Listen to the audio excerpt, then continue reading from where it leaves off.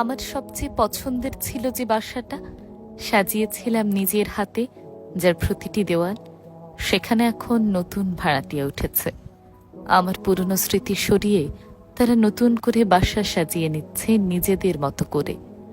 আমার খুব কাছের বলতে ছিল যে বন্ধুটা, যার সাথে সব কথা না বললে ভাতই হজম হতো না, তার সাথে আজ কথা হয় না অনেকদিন। শুনেছি নতুন বন্ধু হয়েছে নাকি। আমিও তাই আর বিরক্ত করি না।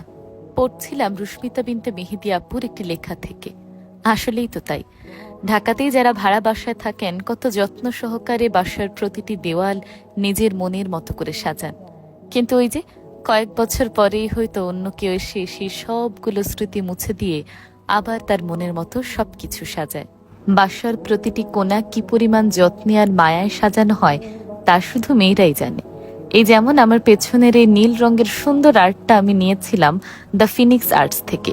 এটি কিন্তু একটি স্কাল্পচার আর্ট। এটি ধরলে অনুভব করা যায়। আমার রুমের এই দেয়ালটা আমার কাছে ভীষণ ফাঁকা ফাঁকা মনে হচ্ছিল, তাই আমি চাচ্ছিলাম এমন কিছু আর্ট যেটা একটু ইউনিক হবে। দেয়ালে এই আর্টটা লাগানোর পরে লুকটা যেমন চেঞ্জ হয়েছে, তেমনি একটি পজিটিভ ভাইব চলে এসেছে রুমে। আমি যখনই এই পেইন্টিং এর দিকে তাকাই আমার মনটাই ভালো হয়ে যায়। তাছাড়াও আমার হাতের এই আর্টিফিশিয়াল বুকেটাও কিন্তু ওই পেজের আপুই আমাকে গিফট করেছেন। পেজ লিংক আমি ডেসক্রিপশন বক্সে দিয়ে দিয়েছি। যারা যারা এমন বিভিন্ন ইউনিক আর্ট কালেক্ট করতে পছন্দ করেন তারা অবশ্যই ভিজিট করবেন।